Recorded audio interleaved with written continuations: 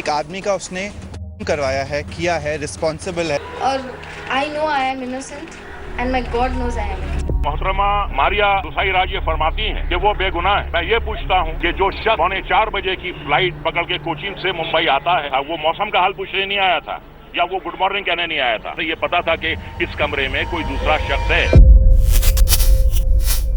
मुंबई सपनों का शहर। यहाँ हर रोज हजारों लोग आते हैं।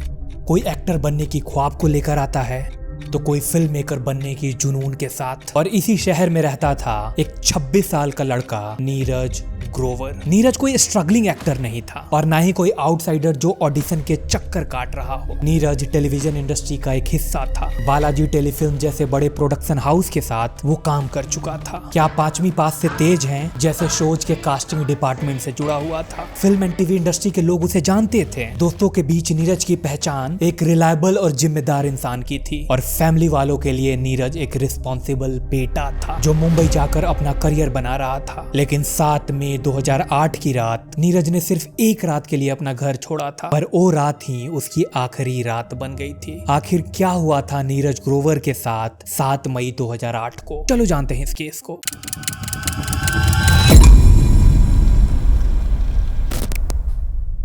इस कहानी का दूसरा किरदार है मरिया मोनिका सुसाईराज। मरिया का जन्म मैसूर में हुआ था। क्रिश्चियन फैमिली से आने वाली मरिया बचपन से ही स्टेज पर परफॉर्म करती थी। डांस, सिंगिंग, कल्चरल प्रोग्राम्स, हर जगह मरिया का नाम होता था। उसका बस एक ही सपना था, हीरोइन बनने का। पर पढ़ाई के बाद उसकी फैमिली चाहती थी कि उसकी शादी हो जाए और मरिया स्टारडम चाहती थी। तो इसी सिलसिले में एक दिन उसने अपना घर छोड़ दिया और बेंगलोर चली गई। फिर वो कन्नड़ सिनेमा में एंट्री लेती है। साल 2002 में फिल्म जूट से डेब्यू भी करती है, पर जूट फिल्म फ्लॉप हो जाती है। लेकिन मरिया का एम्बिशन अभी जिंदा था। उसे सिर्फ रीजनल स्टार नहीं बनना था, उसे ऑल इंडिया फेस बनना था। तो इसीलिए उसने मुंबई का रुख किया। मुंबई में एक ऑडिशन के दौरान मरिया की मुलाकात नीरज ग्रोवर से होती है। नीरज इंडस्ट्री के अंदर था, मींस उसके अच्छे खासे कनेक्शन थे इंडस्ट्री में। तो मरिया को लगा कि शायद यही मेरी एंट्री का रास्ता बन सकता है। फिर दोनों के बीच नंबर एक्सचेंज होते हैं, बातें शुरू होती है और मीटिंग्स बढ़ने लगती हैं दोनों के बीच। नीरज ने मरिया के लिए बालाजी टेलीफिल्म्स में ऑडिशंस भी अरेंज करवाए थे। मरिया अब अक्सर मुंबई आने लगी थी। वो कभी होटल में रुकती थी तो कभी दोस्तों के यहाँ, और धीरे धीरे उन दोनों की क्लोजनेस भी बढ़ने लगी थी।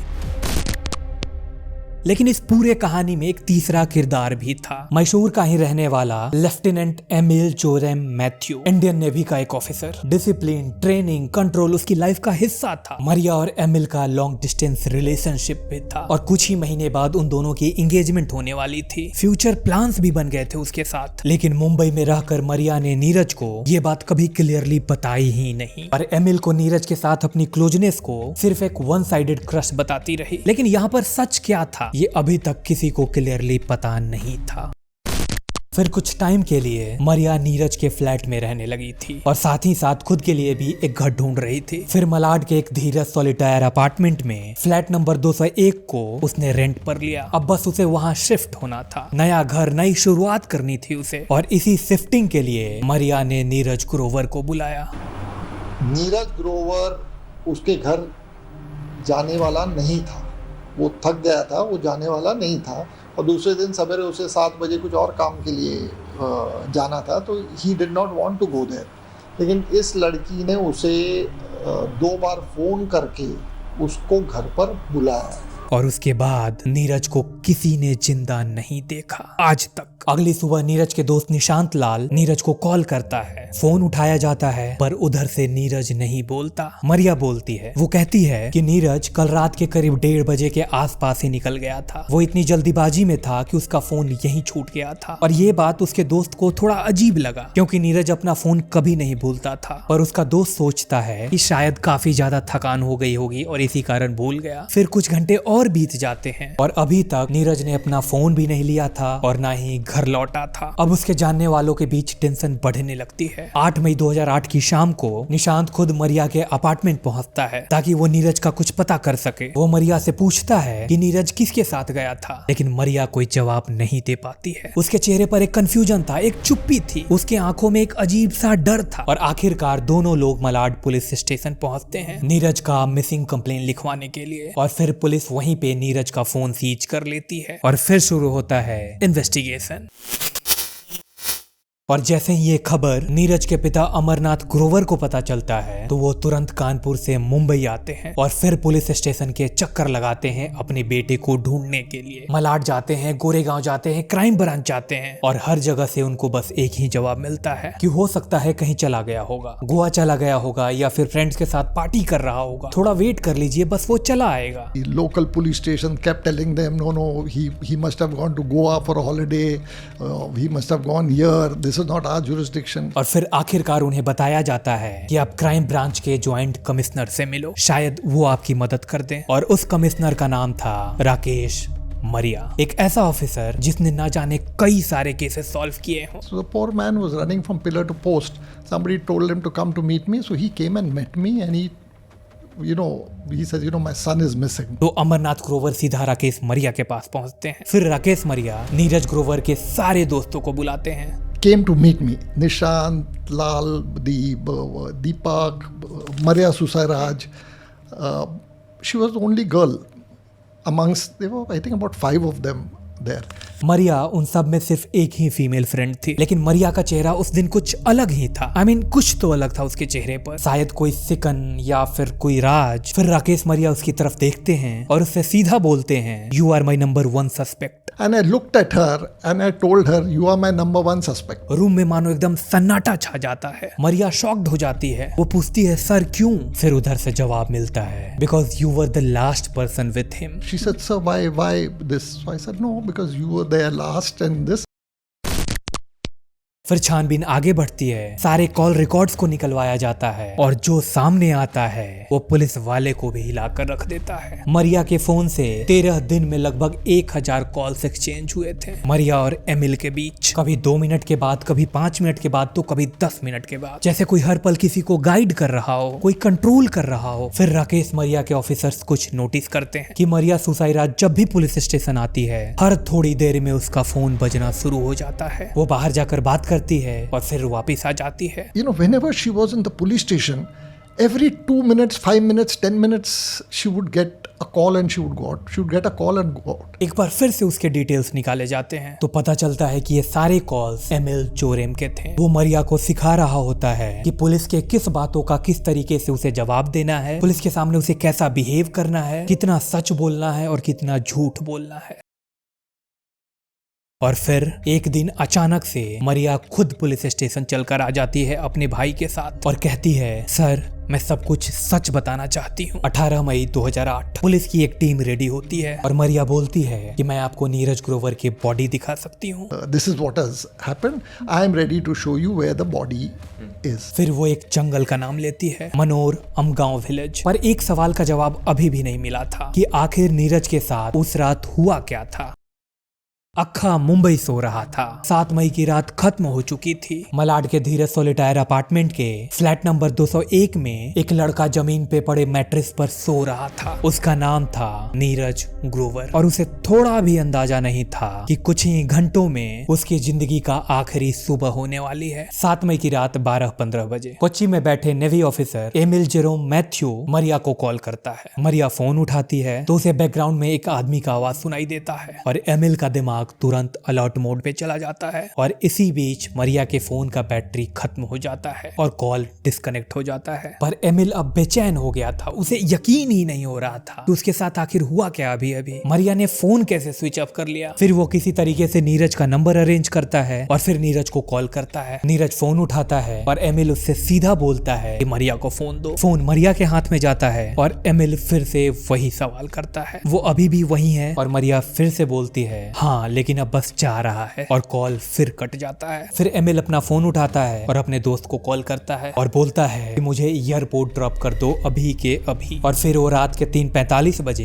एयर इंडिया एक्सप्रेस के फ्लाइट से कोच्चि से मुंबई के लिए रवाना हो जाता है। और ये बात ना उसने मरिया को बताया और ना ही किसी को इन्फॉर्म किया था। There is a Air India Express flight from Kochi to Mumbai at 3:45 in the morning. He tells his friend कि you have to drop me to the airport. सुबह के 7:30 बज रहे थे। मलाड के उस फ्लैट में नीरज नीचे मैट्रेस पर सो रहा था और तभी अचानक से डोरबेल बजता है। एक बार, 2 बार, फिर बार डोरबेल बजता है। मरिया घबरा जाती है और फिर दरवाजा खोलती है और जैसे ही वो दरवाजा खोलती है उसके सामने खड़ा था उसका खुद का बॉयफ्रेंड एमिल जेरोम। उसका चेहरा गुस्से से भरा होता है, आंखों में कई सारे सवाल थे उसके और दिमाग में सिर्फ एक शक। मरिया कुछ बोल पाती उससे पहले ही एमिल ने उसे साइड में धक्का दे दिया और सीधा फ्लैट के अंदर घुस जाता है। She opens the door and she finds him standing in front. He just pushes her aside and walks straight. वो बेडरूम की तरफ बढ़ रहा था। मरिया एक बार फिर से रोकने की कोशिश करती है पर एमिल नहीं रुकता। वो गुस्से से लाल था। एमिल जैसे ही कमरे में पहुंचता है वो देखता है कि जमीन पर लगे मैट्रेस पर नीरज बिना कपड़ों के सो रहा होता है। And he sees this guy lying on the floor without clothes. उसे उस वक्त पर कुछ समझ नहीं आ रहा था। फिर नीरज की आंखें खुलती है और वो मरिया की तरफ देखकर पूछता है, "Is this your boyfriend?" Neeraj Grover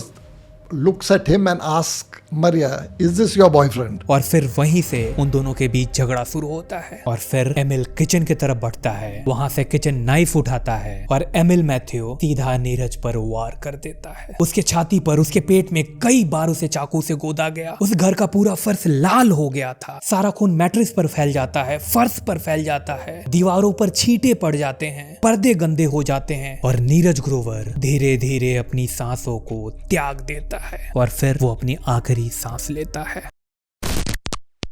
पर इसकी कहानी यही खत्म नहीं होती। थोड़ी देर बाद मरिया बाथरूम जाती है नहाने के लिए। एमिल उसके पीछे पहुंच जाता है बाथरूम में और उन दोनों के बीच जो उस वक्त पर होता है वो पुलिस रिकॉर्ड का हिस्सा बन जाता है। दोनों लोग मर्डर करने के बाद बाथरूम में सेक्स करते हैं जैसे मानो कुछ हुआ ही ना हो। फिर वे दोनों बाहर आते हैं और तब शुरू होता है सबूत मिटाने का प्लान। मरिया को एक लिस्ट दी जाती है। वो मलाड के हाइपर सिटी मॉल में जाती है। वहां से वो डफल बैग्स, प्लास्टिक बैग्स, बड़ा चाकू, एयर फ्रेशनर, कर्टेन्स, बेडशीट्स, ये सारा सामान वहीं से खरीदती है। लेकिन उसने एक गलती कर दी थी। सब कुछ का पेमेंट उसने कैश से किया था, बस एक डफल बैग का 800 रुपए उसने अपने डेबिट कार्ड से कर दिया था और यही एक स्लिप आगे चलकर इन्वेस्टिगेशन का हिस्सा बन जाती है। फ्लैट के अंदर बॉडी को बाथरूम के अंदर तक घसीटा जाता है। चॉपिंग शुरू होती है और पुलिस रिकॉर्ड के हिसाब से 4 घंटे का वक्त लगता है पूरा बॉडी को चॉप करने में ताकि बॉडी को बैग्स में आसानी से फिट किया जा सके। फिर मरिया अपने कोरियोग्राफर फ्रेंड किरण को कॉल करती है। वो उससे उसका कार मांगती है ये बोलते हुए कि मुंबई उसका बॉयफ्रेंड आया हुआ है और उसके साथ वो एक दिन के लिए मुंबई घूमना चाहती है। तो किरण अपनी ग्रे सेंट्रो